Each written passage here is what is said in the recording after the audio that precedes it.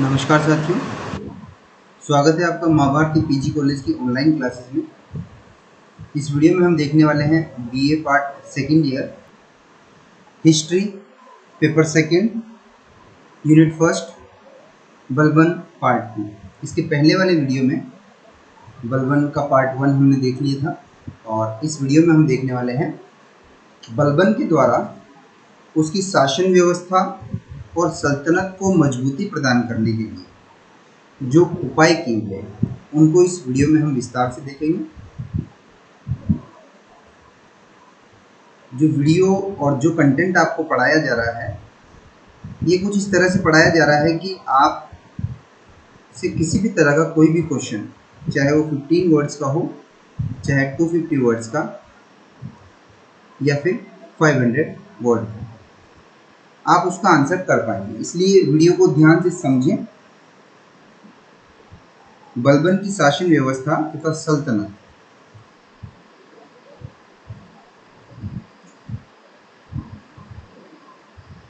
शासन व्यवस्था तथा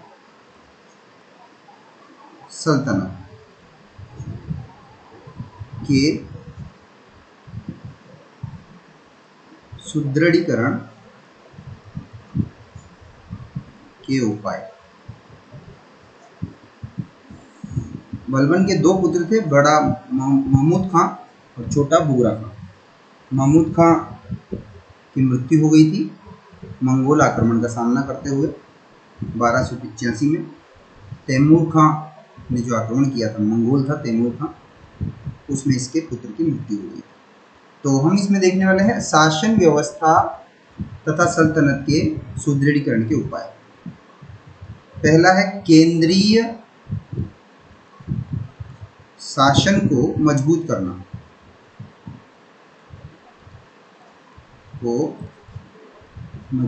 या सुदृढ़ बनाना।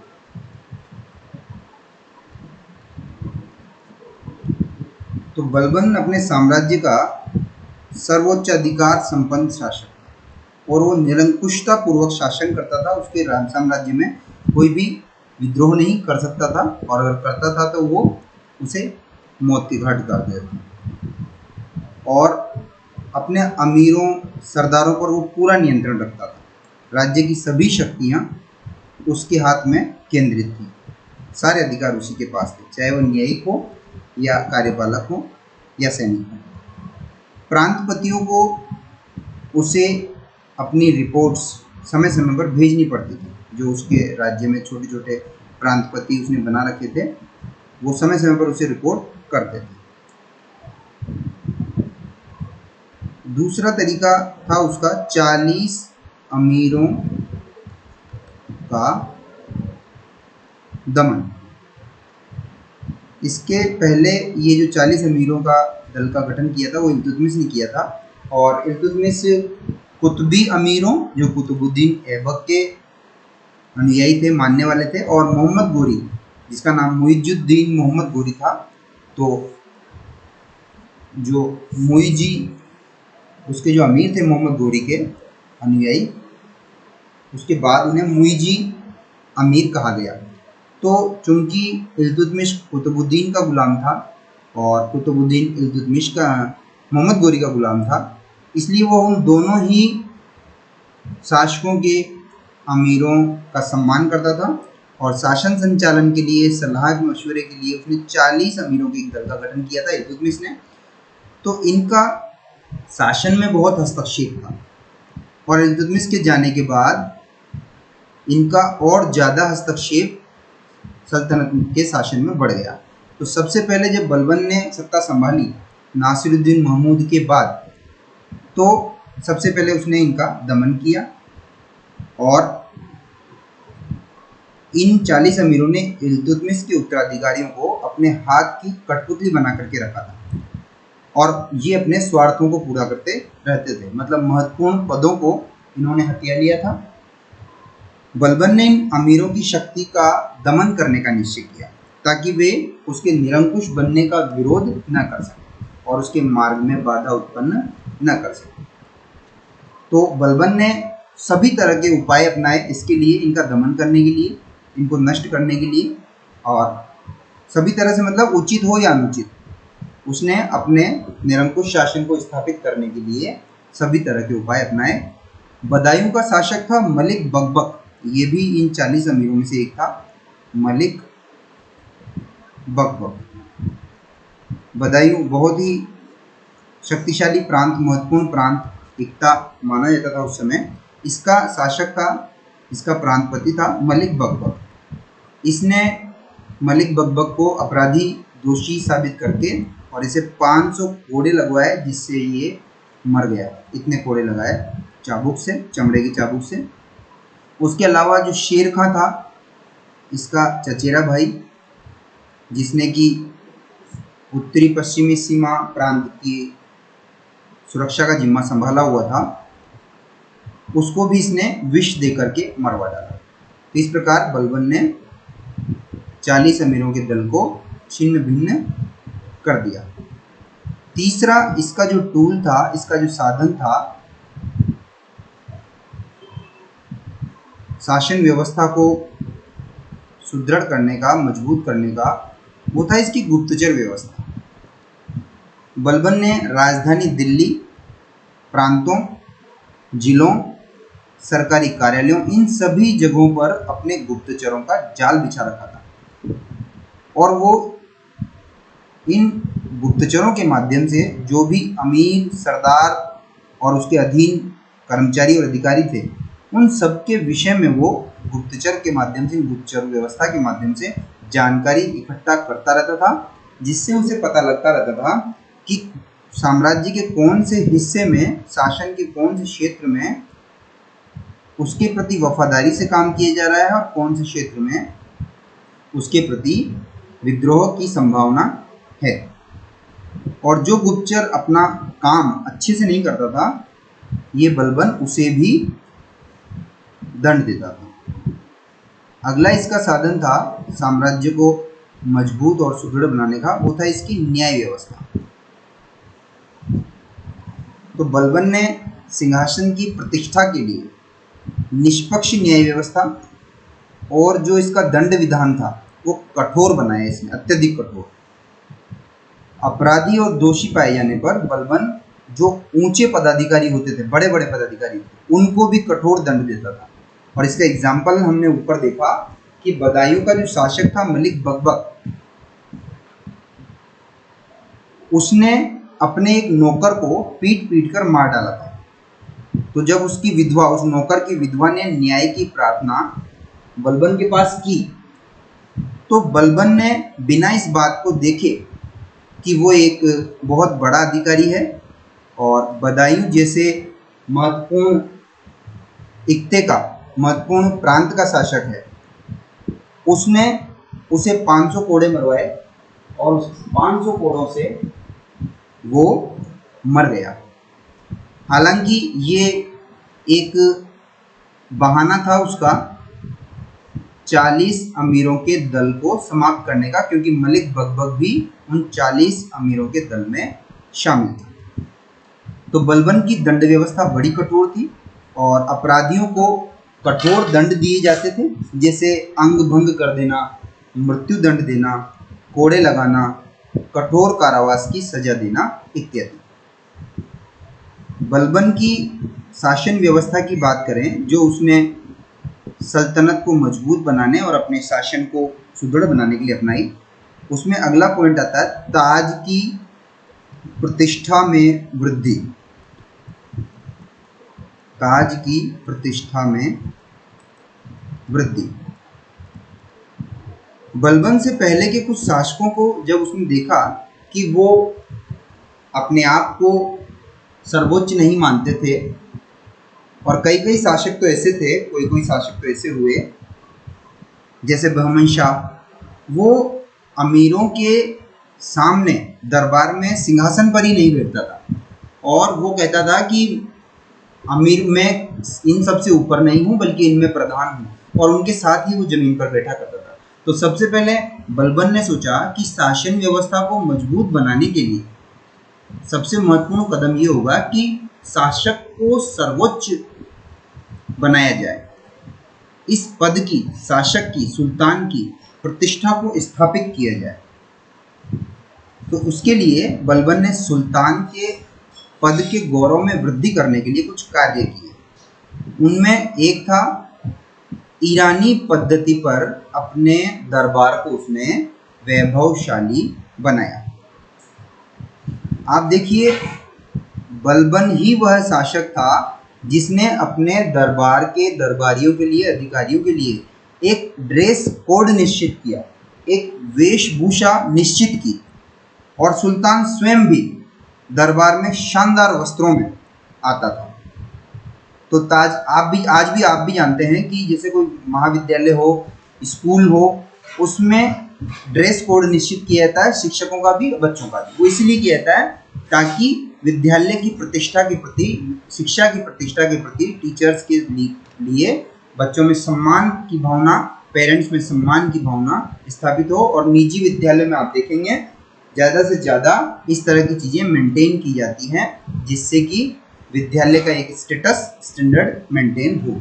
तो बलबन ने ईरानी पद्धति पर अपने दरबार को वैभवशाली बनाया, दरबारियों के लिए एक विशेष वेशभूषा निश्चित की, और सुल्तान स्वयं भी, बलबन स्वयं भी शानदार वस्त्रों में दरबार में आता था। दूसरा, उसने ताज की प्रतिष्ठा में वृद्धि करने के लिए, दरबार में सुल्तान के प्रति सम्मान प्रकट करने के लिए अमीरों, सरदारों के लिए नियम जारी किए, सिजदा, और दूसरा नियम था पैबोस। सिजदा में तो जो दरबारी और अमीर होते थे वो सुल्तान के हाथ को चूमते थे, और पैबोस में ये अमीर सुल्तान के कदमों में अपना सिर रखते थे। तो सिजदा और पैबोस जो प्रथाएं चलाई, जो नियम चलाए, वो बलबन ने चलाए ताज की प्रतिष्ठा में वृद्धि करने के लिए। उसके बाद दरबारियों और सरकारी पदाधिकारियों के लिए मद्यपान का निषेध कर दिया गया। कोई भी नशा नहीं करेगा, कोई भी शराब नहीं पिएगा। उसके बाद देखिए, बलबन न तो दरबार में स्वयं हंसता था और न ही किसी दरबारी को हंसी मजाक करने की अनुमति देता था, जिससे सभी दरबारियों में, अधिकारियों में बलबन का भय था। बलबन ने अपने आप को सुप्रसिद्ध तुरानी शासक अफराशियाब का वंशज बताया। अफराशियाब एक प्रसिद्ध ईरानी तुरानी शासक हुआ, अफराशियाब, इसका वंशज बताया उसने स्वयं को, और निम्न तथा असभ्य लोगों से मिलना जुलना बंद कर दिया।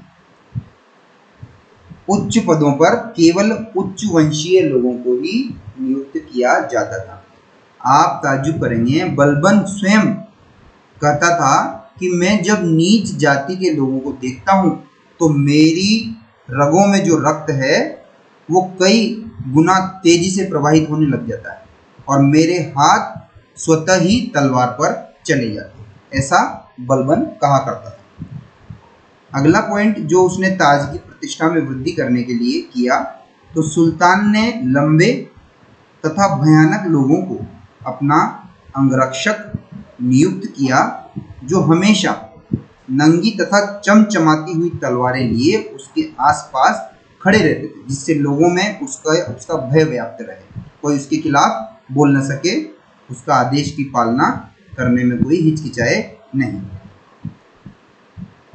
ये पांचवा पॉइंट हो गया। ताज की प्रतिष्ठा में वृद्धि करने के लिए सुल्तान ने जो 6 उपाय अपनाए 5वें पॉइंट के अंदर।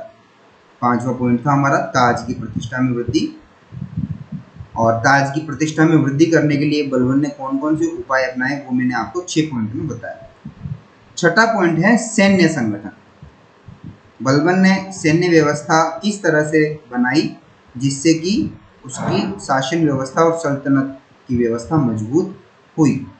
तो बलबन का सैन्य संगठन यहाँ पर देखेंगे तो बलबन ने एक शक्तिशाली तथा अनुशासित सेना का गठन किया, और उसने अपनी सेना की संख्या में वृद्धि की तथा हजारों अनुभवी तथा वफादार सैन्य अधिकारियों की नियुक्ति की। उसने सैनिकों के वेतन बढ़ा दिए। उसने इमादुल मुल्क को सैन्य मंत्री के पद पर नियुक्त किया। इमादुल मुल्क, इसको इसने सैन्य मंत्री बनाया